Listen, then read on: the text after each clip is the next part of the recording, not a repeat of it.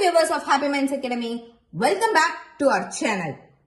I could have been a professional gamer, but I decided to teach English instead.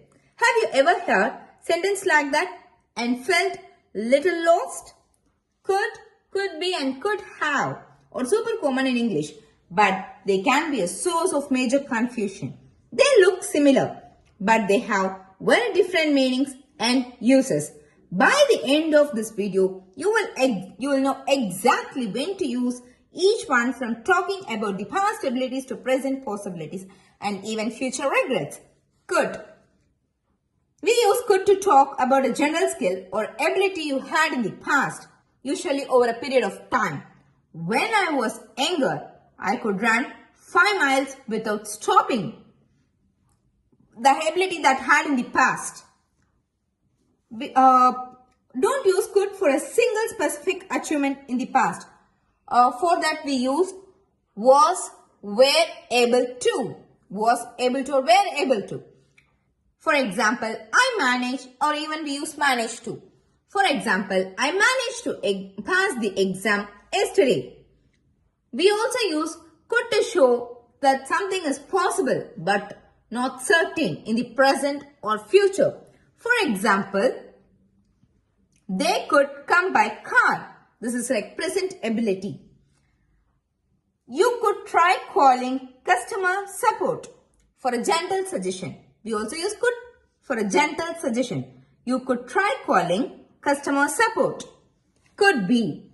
Could be is all about expressing possibility or uncertainty right now in the present moment. She could be at the library right now.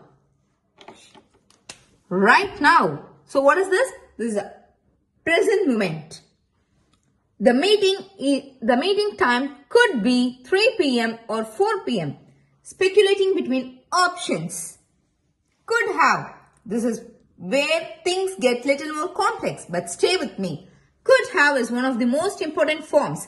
It is always followed by a past participle with 3 form of the verb.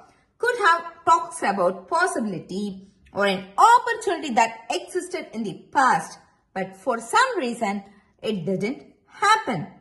It is often expressed regret or missed chances. For example, I could have studied harder, but I didn't, and I failed in the exam.